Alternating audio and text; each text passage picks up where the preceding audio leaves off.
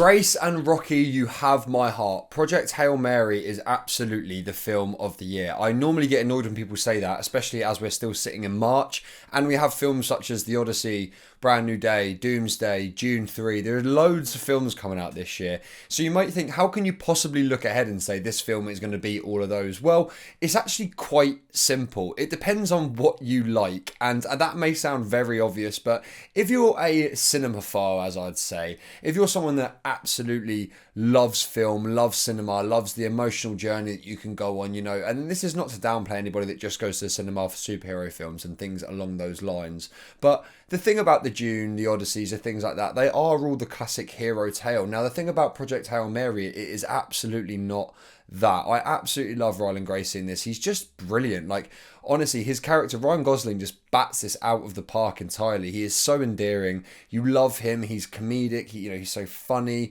You're warm to him instantly, and you completely relate to him on every single scale. I thought it was going to be a little bit sort of silly, I guess, the word you could use. How is a teacher going to be the one that leads this sort of expedition out into space? But actually, when you watch the full film and you understand the entire story, the way in which he ends up there does make sense. The Earth is basically eating itself from the inside out, and the resources they're going to be left with are basically nil. They know that this world isn't meant for them anymore. They need someone to risk everything to be able to go and explore the outer dimensions, the outer galaxies, and see what's there.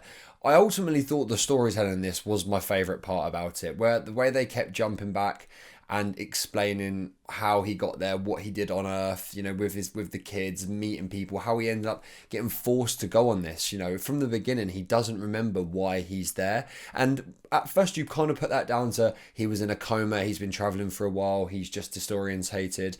I never actually thought about it coming from an evil place or, a sort of weird and uncomfortable and not, sinister place, I guess, is the word I'm looking for, because that is ultimately why and how he ends up there, by being drugged and put into a coma and basically being killed in a weird way. He is being told this is the end of his life and that this is what he is basically here to do. But when we really get into what he finds on the way, who he finds on the way, his relationship with Rocky is second to none. It's one of the best on-screen adaptations of an inanimate object I've ever seen. He doesn't have any face, he can't show any emotion, and yet I literally was sat there with tears in my eyes, holding it back a little bit because I was with my friends, but tears in my eyes at Rocky's sacrifice for Grace, and all of the moments throughout the film, really, where you can really tell that he's sad to be on his own. He doesn't want to be on his own. And yes, he's from another dimension, another planet, but actually we have similar emotions and similar motives as well for wanting to stay alive and wanting to have company. So it was a really relatable film, and it was brilliant. It was just full of hope and passion as well, and I think a lot of the reviews and trailers and things, they've said a lot of that, but I think what they're trying to get at from that is about, I think when you compare this to films like Interstellar is a masterpiece. It's one of, if not my favourite film. However, it isn't really full of hope. Yes, Cooper does get back, but it's more about the hero doesn't really win in that case. It's more about the story and the journey along the way and the lessons that it taught you, where in this one, you want Grace to win. I really wanted him to win. His ending was fantastic, and I haven't read the book, but I heard that is actually exactly from the book. I was really happy with that. I just think when the hero can win, when it's a full circle moment, is something that you actually want. There was a lot of false endings in this. I thought the film was up about 3 times in the last 30 minutes, but I guess that's filmmaking at the end of the day. So yeah, honestly, Project Mary from me, I could sit here and talk about all the individual acting performances, which were all great. I just want to pull up her name actually, who played I believe her name was Eva. Yeah, Eva Stratt. So Sandra Hüller. I thought she was fantastic.